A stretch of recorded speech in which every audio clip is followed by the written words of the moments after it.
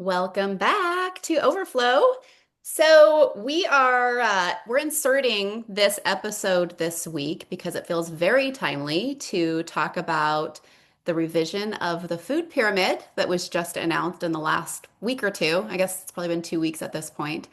And so we're gonna do a little discussing of that, what that means, just for us on a personal level and for our nation. But because we're inserting this, and hopefully you listened to our last episode on the care and keeping yourself, I thought it'd be good to get a little update from each of us ladies on some of those goals we had in the last episode, which was about 10 weeks ago, related to our own like care and keeping of ourselves. And so, Becky, I know for you, we were talking about food. Do you want to give us an update? Yeah. I mentioned that I've always kind of had a hard time feeding myself. One, I get real focused and or I just like nothing sounds good and I'm like, I don't know what to eat, and sometimes planning food is even kind of difficult for me, even though I actually love food. So it's frustrating, but I have really, yeah, in the past couple months since we talked about that, I have been just really trying to make sure I'm getting enough food in me. Because even I found that working with clients, a lot of times, like I'll have them keep food journals. And I don't love tracking my calories. I don't love tracking those kind of things. But I think it's really eye opening when we do track those kind of things because we can see how much we're eating and if we're under eating. And it turns out that a lot of women undereat. And so, actually, in the past, I guess it's just been 7 or 8 days, I just started tracking calories. I was kind of feeling a little off and I couldn't really figure out why I was feeling off. And I'm pretty sure I've been under eating. And so I've just been really focused on making sure, I'm getting enough, making sure I'm getting enough healthy foods. So I'm proud of me. I feel like I've done really well over And the past several I weeks. did hear you say, Becky, on one of our text message podcasts this week, that once you started intentionally tracking it and making sure you were getting enough protein and food in, that you did there was literally a shift in your energy and how you were Yeah. feeling. Yeah. And I was thinking about that this week. I was thinking about how many people just say, like, are totally exhausted, maybe all the time, can't figure out what's going on, don't like kind of blame their body, don't know what's wrong with their body. And a lot of times we're just not eating enough. Yeah. And so I did notice that shift. I was like feeling so off. And I'm like, sometimes I get frustrated as a practitioner because I'm like, I know all these things. I feel like I know what to eat. But like everybody else, life gets in the way. And so I was just trying to figure out like what was going wrong. And yeah, when I started tracking those calories, I was like, I'd eat like a meal and I'd be like, normally without tracking, I think I'd stop here. But because I was tracking, I ate more. And I really did feel a positive shift in my energy. Felt like I had way more energy, felt like I was like, yeah, just feeling better. Like my blood sugar was overall more stable. And as someone who's struggled with blood sugar since I was a kid, I feel like that's huge. I'm like, I need to feed me. That's part of loving me and like of me caring for myself. And so it was good. Good for you. Bronwyn, what about you? You were talking about sleep and getting enough Mhm. sleep. What's your update? Yeah, I mean, getting enough sleep is mostly about getting to bed earlier. Here we are in mid-January, and so over the holidays, I didn't need to get up as early. Just we didn't have, I didn't have, I wasn't teaching, I wasn't teaching school, and so we could sleep in a bit. And so I chose to do a little bit later workout. I did 9:30 most of the holidays instead of a 7 a.m. So I didn't need to get up at 6:30. So I chose to sleep in. I noticed that with that, we were staying up late too. It was like holidays, we're watching holiday movies. And so January came and I really, actually, one thing I did, my husband has this thing called the brick. And so it locks down your phone. And so I really I really have had the goal of like conquering phone addiction. And so I installed the brick on my phone, and he's had it on for months, and I've been resistant because, I do a lot of legitimate things late at night on my phone, but also I'm distracted, right? Because it's literally made to addict us, and there's all these other distractions while you're trying to get a few things done. So my phone shuts down at 10 o'clock. So the way the brick works is that it's like this little, it's a block, a little brick thing with a magnet in it. So we just stuck it on our fridge, and you set on your phone when you want your phone to shut down, and you choose which apps will shut down. So I chose 10 o'clock, and I chose certain apps. I'm finding I actually need to add more apps to it because there's a few I didn't catch the first go round. But anyway, they shut down. So 10 o'clock comes and you're just like, oh, I can't keep doing anything because it's stuck. Now, if I need to, there was actually a day this week that I had an event the next day. And so I actually had some work that I had to get done before the next day. So I went and unlocked it. And the way you unlock is by going and touching the brick. So from my room, I have to walk downstairs and touch the brick. And that's enough to be like, no, that's not worth it. But like, really, if I am working, I'm like, no, I have to keep working. I will go do that.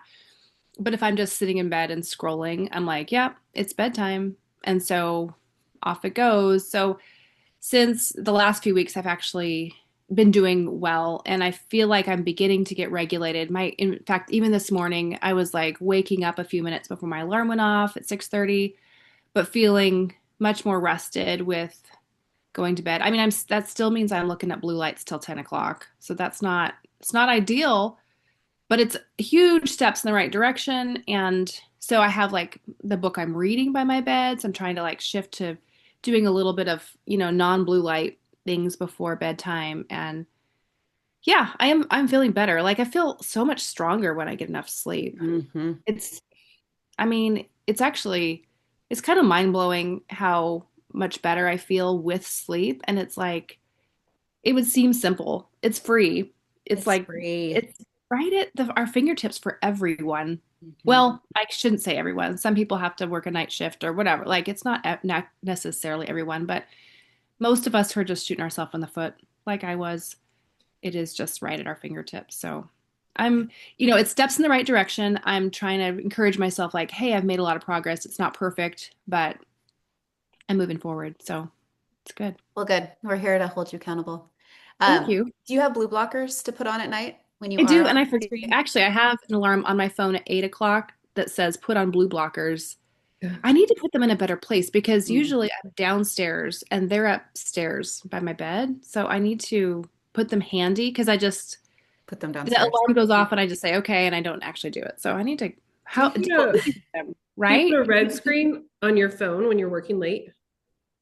I think I have that setting. I need to check Yeah. I again. keep it on mine and I forget it's on there. And people are like, what is wrong with your phone? Why And did I'm you, like, why does it look so? yeah. Yeah, I'm So like, then I must oh, not I'm because like, my it's phone is red.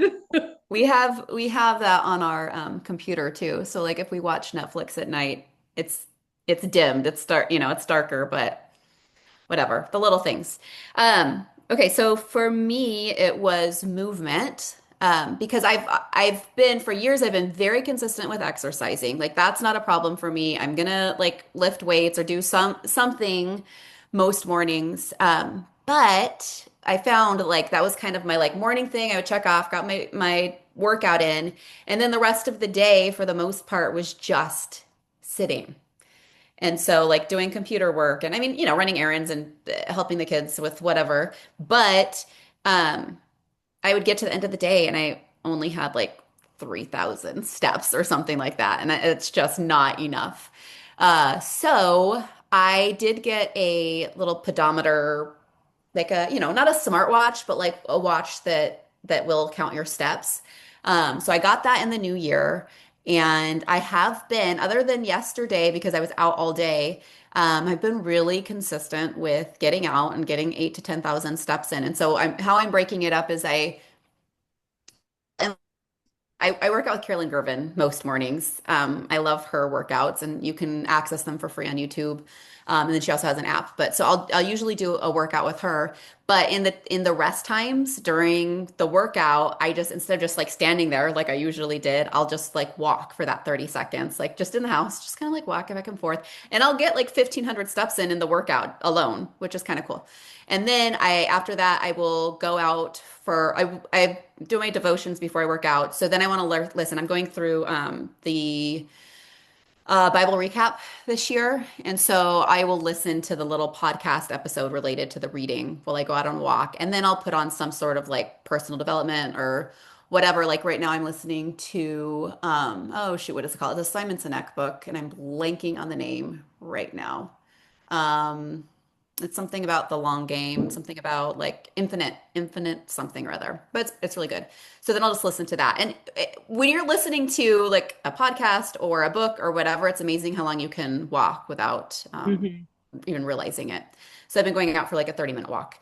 And then how I'm working out during the rest of the day is by literally putting it in my calendar. So when I'm sitting down to do like computer work on my business, every like hour and a half, I have just 10 minutes. Just get outside. Just go do 10 minutes. And so I'm only walking, I'm not even walking a mile. I'm walking like maybe a half a mile or something. But it's getting me out into the light. It's getting more movement in. It's breaking up the sitting down thing. And so I'm doing that like twice. And then Andy and I have been going out for just a super short walk, like 8 to 10 minutes at night after dinner. So, Oh, all that's that really said, good. like I'm getting out like 4 times during the day, not for long, but other than that morning session is longer. But it's I'm getting 8 to 10,000 steps Like, in every day. So, but I think that's the best way to do it. Sometimes we make it too complicated. Like, yeah, right, overcomplicated, like has to be this big thing. But no, it's just these little short light breaks where I'm also yeah. getting steps in, and it's good. But you're moving, you're getting up from your desk, and you're getting sunlight. Like, how much? That's awesome. Yeah. I Yeah. heard, I think the method you have is sometimes referred to as exercise snacks, where it's just Oh. like little snacks instead of a full meal of exercise. But when I first heard that term, I thought that we got to take crackers on our walks, which So, were you taking crackers? I no, think it could be more no, it fun. just felt like so Oh my gosh. disappointing. So Okay, disappointing to so realize. that's a really good segue into our topic today, crackers, because at like when I think about the old pyramid that I learned in elementary school, on the bottom where you're supposed to have something like 7 servings a day, I can't remember what it was exactly, but it was a lot of servings a day. It included crackers. Like I'm pretty sure I remember crackers being in the picture along with the bread and whatever cereals and all of the grains as the biggest portion of our meal. And I remember fat being at the very tippy top, like have just a teeny tiny bit of fat. Um, and and I remember trying to get enough grains in. Like I remember consciously doing this in elementary school. Ooh, have I had enough? That's what we're supposed to have the most of. Have I had enough like slices of bread with fortified iron and synthetic bees and like all, have I had enough of that today, right? So, And if oh, let me this do was fat in free. 1992, it was 6 to 11 servings of grain. 6 to 11 servings of grains. Was the recommendation. So let's start here by just sharing kind of what was your experience in relation to the old food pyramid growing up? Like what do you remember or how did you experience that in your own life or in school or whatever? I mean, I thought it was I mean, it's always been kind of an interesting like thought. I mean, of course, when I went to study nutrition, I was like, I don't think this is right, but I don't know if I was quite as like cognizant of it as you were. Is like, let me get in all my servings when I was in elementary school.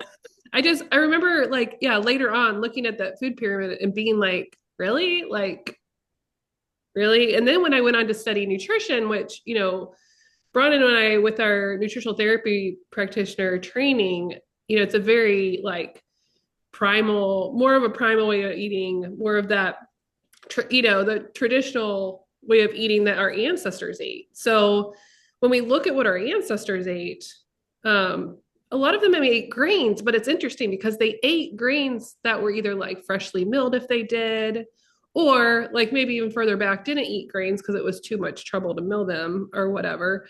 And so it's just interesting that now, everything's processed in 1992, even the grains were processed and it was like 6 to 11 servings. Mm-hmm. Ron, what about you? What was your experience growing up? Yeah, I think when I was growing up, my mom was she was coming out of like the very processed food culture, and she was trying to learn from people who understood nutrition better. And I think she had a real sense that like, hey, whole food is better. But even in the 80s when I was growing up, there was a big focus on low fat. And so even like the foodies at that time were like, we need to have our whole grain bread because that's a way to have a low fat diet, to have like higher carbohydrates and fill you up because you need to feel full one way or the other. So if you have higher carbohydrates, you could have lower fat overall and feel full. Like your stomach's going to feel full, but and you might feel bloated actually, but if you have higher fat and less carbohydrates, you may feel more satisfied, more satiated, which includes just the fat in like a meat roast. It doesn't have to be just directly fat. So I think there was a lot of like people becoming aware of macros. And anyway, in our family, my mom was like, "Hey, the main thing is let's grind our wheat daily and make our own bread." So there was like a couple years in high school where I had the job of making the whole wheat bread, and it's delicious, and it was whole grain, because we were like I was using like the berries, the wheat berries, but I don't think it's bad nutrition to have some of that. It's really just the ratios, right? If you have a lot of bread in your diet, you're not going to have space in your stomach for a lot of fruits, veggies, meats, organ meats, things that are like the densest nutrition. And Well, even I'm not against, we had oatmeal a lot, and I fed my kids oatmeal at times. Um, it's kind of it's kind of a way to have a bulk amount of energy without it's really low cost. But now we tend more towards eggs, and like once in a blue moon have oatmeal. The other thing is a lot of carbohydrates tend towards sugary things. Like when we have oatmeal, we put brown sugar with it, right? So that's not what I want to feed my kids on the daily. I'd rather give them eggs and chicken sausage. Like that's going to be denser as far as all of the vitamins and nutrients we Yeah. need. Well, and I well, think and we're kind of comparing apples to oranges when you talk about, I mean, having a mom that like back then was grinding her own wheat. Are you kidding me? Like I know. our experiences around food could not have been more different yeah, growing I up. Tell definitely me don't about have yours. that. So I love you, Mom, if you listen to this episode. But it was just, she was a nurse in Western medicine. And so they don't learn about nutrition. And so it was very much like the cultural, like low fat, like always on a diet, that kind of mentality. And paired with the fact that I grew up in a home we had our own business, a pool and spa like store that my parents both worked at all day, every day, pretty much. And so they were exhausted at the end of the night. And so there weren't often, my mom seems to have a different memory of this, but there weren't often like home cooked meals. Mom was a fantastic cook. Like she's incredible. But in that season, like we weren't doing that a lot. We were always going out to dinner at like a restaurant after they got off of work. Like most nights of my upbringing, we were out at a restaurant eating processed foods. Um, and so, yeah, the idea that she was buying wheat berries and doing her own thing. And so that's a very different food, right, than the processed wheat bread you're getting from the store that's iron fortified and has, Well, all of the processed bees and everything. Becky, what are you wanting to say? I was just gonna say, I think that's really important to remember is that when you are milling grain, you're getting like all these extra nutrients too, that without those nutrients, the body doesn't process it the same. So, Exactly. when you're like there, when you're eating bread from the store, one, a lot of it's needs to be shelf stable. So they put extra things in it to make it shelf stable. They get rid of a lot of those other parts of the grain that have the nutrients and minerals in them. And Vitamin E, for example, like yeah, that are really is important. which is And hard to get in our diets. right. And then the glyphosate issue Mhm. with the inorganic glyphosate, which I'm from St. Louis, Missouri, and so I knew lots of people that worked for Monsanto.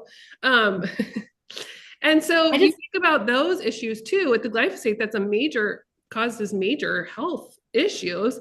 And so you have all that with those grains. So it's not just like Yeah. I don't want to totally demonize grains in any way, but having a lot of large servings and then missing on all those things that traditionally were like fantastic for you is Mhm. where it makes it really like difficult, I think. I want to pop in and talk about that glyphosate issue because when you go study what happens organic versus non-organic on the grains, wheat specifically used to be like the plant itself used to be about 6 feet high. If you've ever read Laura Ingalls Wilder's stories, which is an account of her life, she talks about when her father would raise the wheat and then they would go threshing when it was ripening and all that.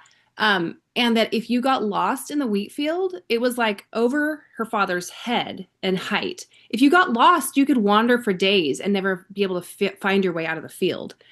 Now, wheat is about 18 inches high. So they have literally bred, why is that a problem? Is that a problem? I mean, maybe it's not a problem. Here's It why doesn't get as they much have bred sunlight. it to. What was that? I said it doesn't get as much sunlight. Yeah, right. It doesn't grow as long, so you don't have as much nutrients going into it. But they wanted it to be short so it'd grow quickly, and then the threshing machine could come over it and take it down quickly. And also they can get 2 crops in a year. Okay, so all those things I'm fine with. Like I'm fine with efficiency. But what they did is they bred it along with breeding it to be short. They bred it so that it would be resistant to glyphosate, so to Roundup. And so what they'll do is they come along and I mean resistant in a sense, but also the chemicals are a stress on it. So they'll come along and they'll spray it when it's getting close to being ripened. And so then that makes it like force the plant itself says, "Oh my goodness, I'm about to die." And so I've got to force out my seed so that I can reproduce for the next, generation. And so it forces it out. So the non-organic wheat has literally been doused with Roundup right before it's harvested. And this is how this is the plan to do that. They're not putting it on so that they can kill the weeds around it. They're doing it on so they can stress the actual plant, get it up to ripening quickly, and then process it and move it on and get a second crop in that land. So you're stripping the land because you're overusing that land. You're putting tons of glyphosate into our food system. If you're a natural practitioner, you probably have run up against the fact that people are toxic, they're cellularly toxic, particularly people like with MTHFR who can't detox toxins very well, are really, really impacted by these chemicals going into us. So, we have some grains in our home, but we really try to find the organic ones, which are hopefully have less. There's maybe overspray from crops and that kind of thing, but in general, we want to have a lot less of those exposures. Yeah. And also like the ancient grains are better because they haven't been hybridized. Like, Hybridized. yeah. Yeah. So in that We process of, went somewhere. We went somewhere from like it was at 14 chromosomes in our wheat, like ancient grains, up to like is it 52 or 62 now in the modern wheat? Mhm. I mean, it's a huge, huge It's difference. like What were you saying, Romy? Yeah, einkorn being an einkorn. ancient wheat, an Hmm. ancient version of wheat, right, to the modern. And some of the other things they were trying to do in building a modern wheat was to increase the amount of gluten. Gluten is the protein in wheat. So if you're looking at like an ancient wheat, like an einkorn, or even like a barley is very close cousin, it just doesn't have as much gluten. And I think mankind is adapted to gluten in a sense, but when you've like forced the amount of gluten and double, tripled, quadrupled it, um, it's not very adaptive. I mean, humans are just not have not adapted to that. So even if you look at European wheat, it is not the same as American wheat in terms of the amount of chromosomes, the amount of gluten, and even the amount of pesticides for sure. So Yeah, so many people say that they go, on a vacation to Europe and suddenly they can eat the bread there with no issues, no gut issues. So there's a lot, yeah, there's a lot that goes into the story of gut health when it comes to our modern wheat? Is it the glyphosates? Definitely can be the glyphosates. Is it the hybridization? Is it that everything has been stripped?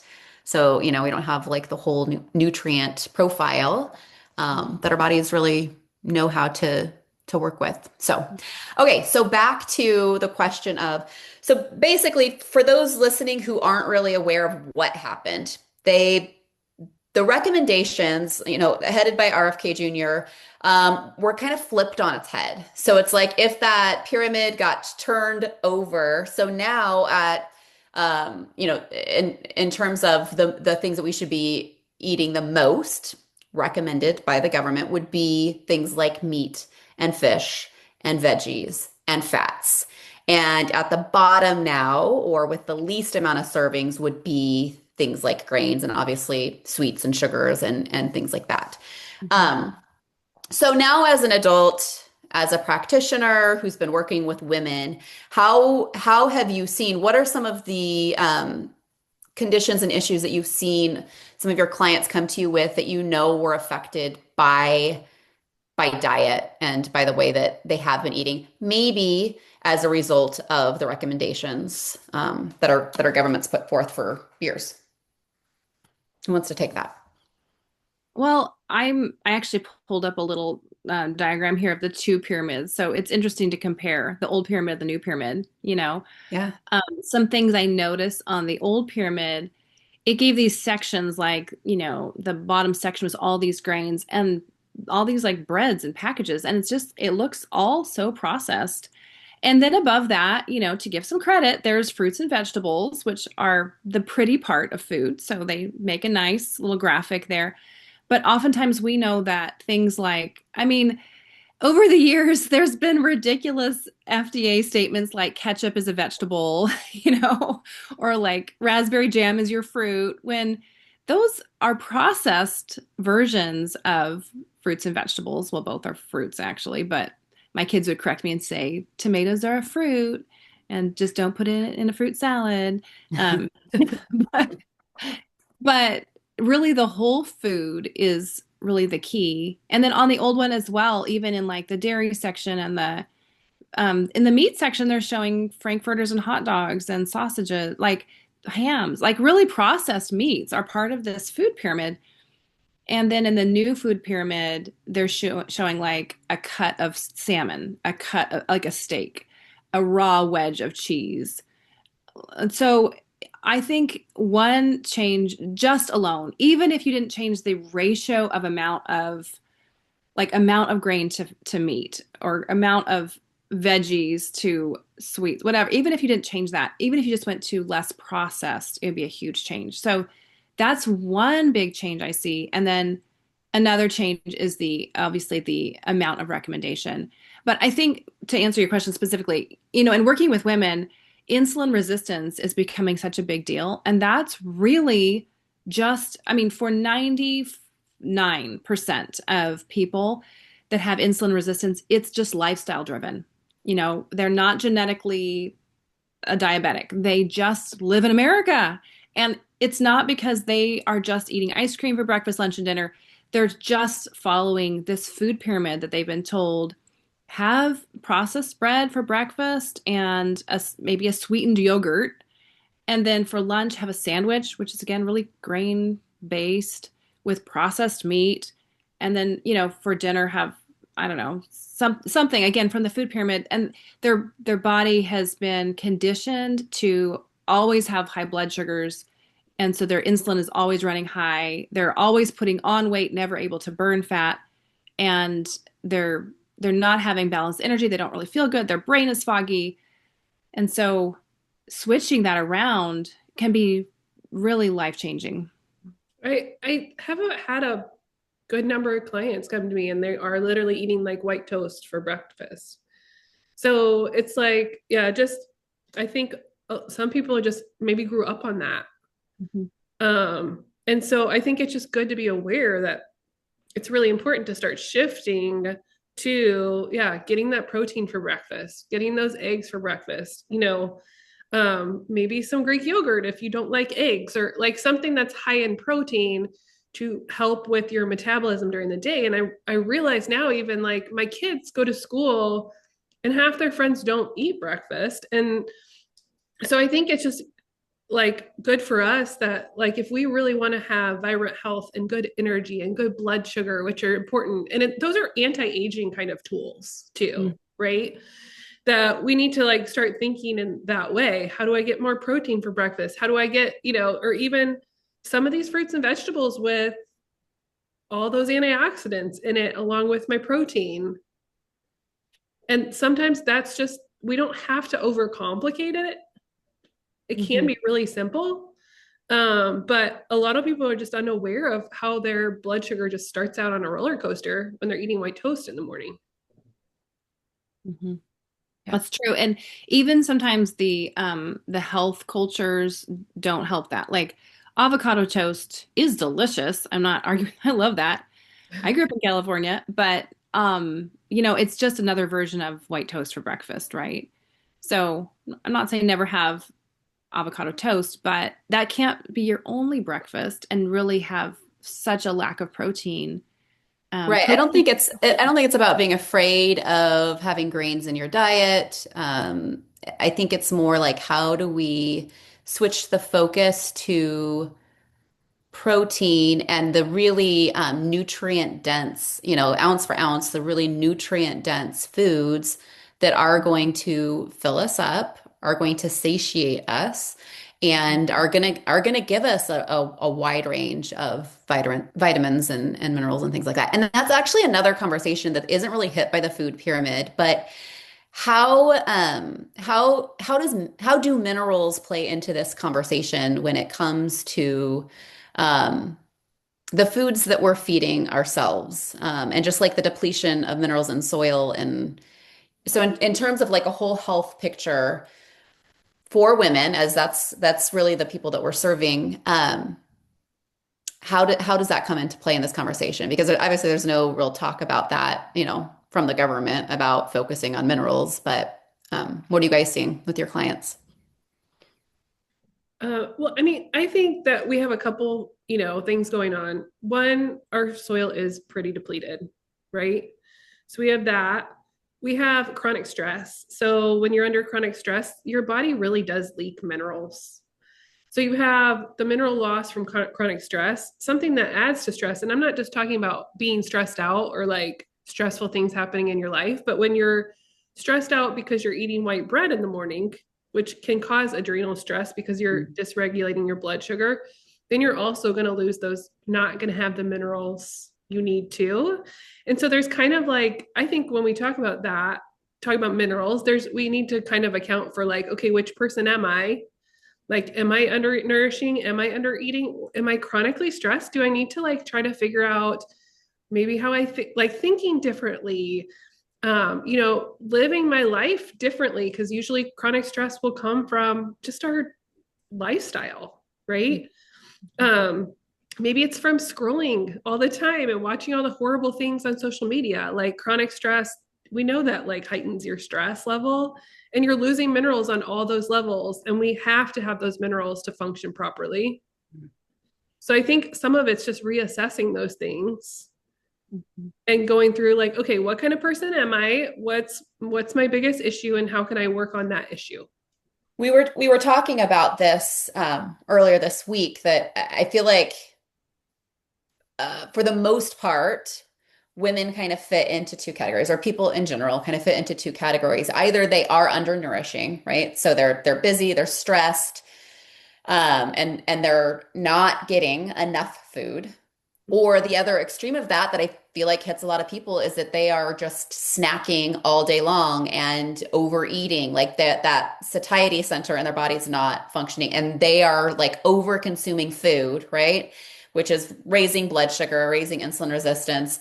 And both ways can kind of impact our insulin, the stress response and everything. But so it is, I think, kind of determining, where are you? Are you somebody, do you need to focus on fueling your body because you have been under nourishing yourself? And obviously, like the overeating can be undernourishing too. If we're like just focused on processed, packaged, fast food, culture, you're also undernourishing yourself. But you probably, if you're struggling, if you are not in your like really ideal health space right now, you probably would find yourself in one of those two categories. You're either just stressed out and under eating, maybe not even conscious that you are under eating, but when you think about it, you realize, okay, I'm really not fueling. Or you are in that place where it's just hard to kind of get it all under control, right? And it's every trip through the kitchen is for a snack, and you leave your meals and you're like, oh my gosh, I'm so full. So I think awareness around that is a really good first step. And then Becky, like you've been doing with just being conscious of like, okay, am I fueling myself today? What can I let me be aware? Awareness is just really important. I Um, think I think you're totally spot on with that of like, there being kind of like two categories. And maybe it's even like, if I'm gonna be one of those people, I'm the person that probably would snack all day. And, so maybe it's more like even if you're not in that bad space, what's your tendency? mhm. I'm probably not the person that's gonna like realize I didn't eat today. That wouldn't be me. I never have missed a meal. So We've talked about that. We don't miss meals. Braun and I are like, wait, what? What is I that? never missed a Like, I'm meal. always dreaming about my next meal. Yeah, My I meals know. for What would my snacks. life be like if I were that person? But the funny thing is, I also do love food, and I'm also a foodie. I'm just too careful We about what we food. articulated what your issue is, Becky. It's the preparation, right? Of like, what do we have in the house, and like do I have to like cut things up and like the prep, which I can Yeah, it is. It can relate to actually that taste piece of good it as because sometimes well. I make something and I'm like, oh, I don't even want to eat this right now. Like that. Like I'm too much of a food snob that, I'm like, This was our it's dinner good to last do. night. We What I really need is I need a private chef. That's what I need. Oh my gosh. I need a private chef. So I just need to figure out how to make the budget for it. How amazing would that be? Yeah. We last night I made chili, which I often do, but I'm really terrible about keeping recipes and like going to like when I find a recipe I really like going back to that. So I'm like, oh, chili, let me just pull up on Google and find a chili recipe. And not that chili's hard, right? I could just throw things together, but I'm a follow recipe girl most of the time. So I pulled this chili that had lots of good reviews, and I was like, okay, it's basically what I always do, but here we go. Let me follow the instructions. And so I was out of our normal chili powder. And we have, you guys both have these sets that we got from our company of all of like Sri Lankan spices.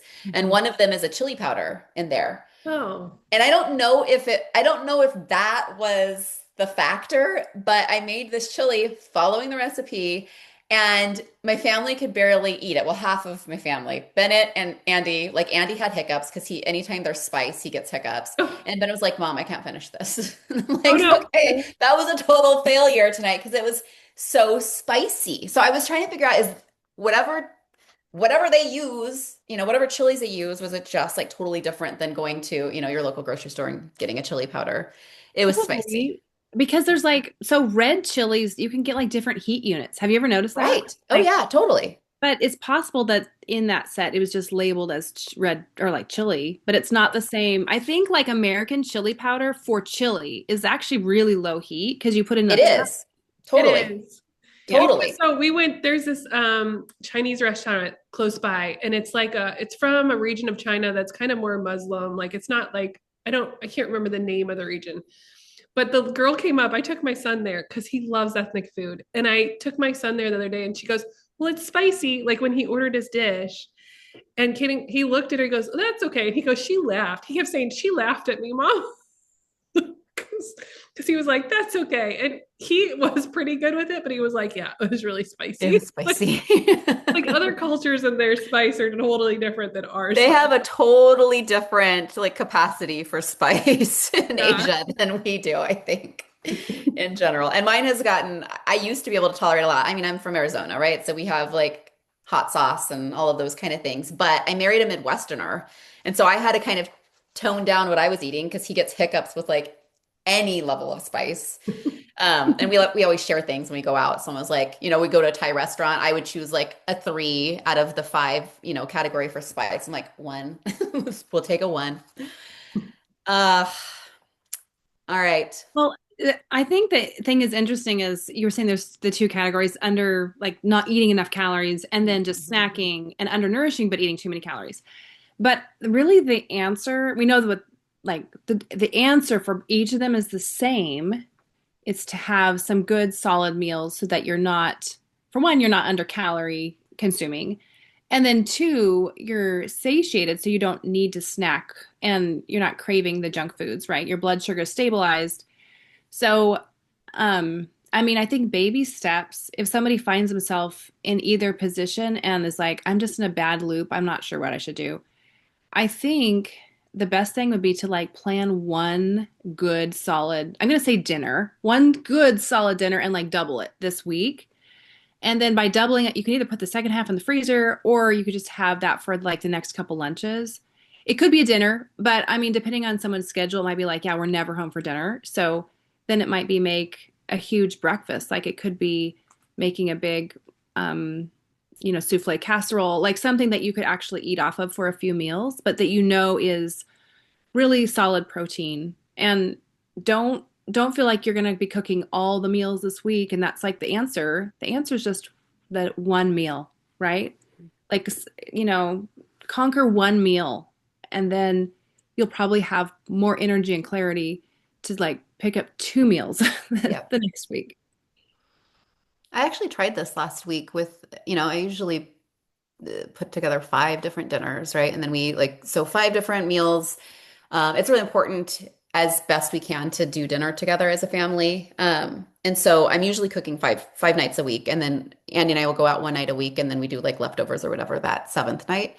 Um, but I was like, you know what? I am going to try to be more efficient because I sometimes struggle with efficiency. And so I did. I just chose 3 meals for the week and did double batches of it and made the kids swear that they were not going to get into that second batch, that was for another dinner. And we did that. And that was actually helpful. It freed up some time, a couple evenings where I wasn't having to really cook, just reheating something. And so that was But now you have nice. double of the chili that nobody can eat, right? So this is a new week. I did not plan out my week this week. This was last week. So no, that was one. But I did, as my daughter was going to throw it away, I was like, don't throw it away. I will eat that tomorrow for lunch. So I have it. I have it for me for lunch Oh, today. good. Didn't go wasted. Yeah. All right. Well, any last thoughts or any points you wanted to get across regarding these new recommendations? You know what? One thing I noticed on the two different food pyramids, and I really do love the new one. The new one doesn't include any sweets. There aren't any that are given. There's no recommendation for having Mm-hmm. sweets Mm-hmm. because that's not part of like what we should be planning. Right. Have, like if it's your birthday, have a piece It's of an birthday cake. outlier. Yeah, it's an outlier, like as a treat occasionally, but not part of your plan. Mhm. So I One love other thing, and not totally, I mean, related, not related, related to the conversations we've been having, but I just want to speak to the woman who has been under eating. They're cognizant of the fact that they've probably only been getting, 1,200 calories a day. And your body, if you're only getting 1,200 calories a day, like your body is under stress. Like the signal being sent to your body is like, okay, keep on weight, like we're kind of in starvation mode. And so you may say like I can't add more food because I have 10, 15 pounds, 20 pounds I need to lose, so I can't add more food. But just a reminder that as you give your body a little bit more nourishment, that signal of like I'm in starvation mode goes away, and then your body feels safe to then begin to start releasing weight again. And so I wouldn't say, if you are the chronic under eater, I would not go from 1,000 or 1,200 calories a day up to 2,000 or 2,200. I would baby step that, like add in just a little bit more. Okay. Take one meal and really focus on adding in some more food during that meal and get yourself up to where you're at, 1,400 or 1,500 calories for a time and let your body kind of catch up with that. And then you can begin to add a little bit more after that. But you can kind of send your body into a panic as you like all of a sudden you're you're like doubling the amount of food that you're eating. So you do probably want to kind of baby step that. Just want to give that Yeah, caveat. and when you think about like the like food as the place where we're going to get our minerals, Becky was talking about how we're in a place where we aren't probably getting as many minerals in our foods as our ancestors did.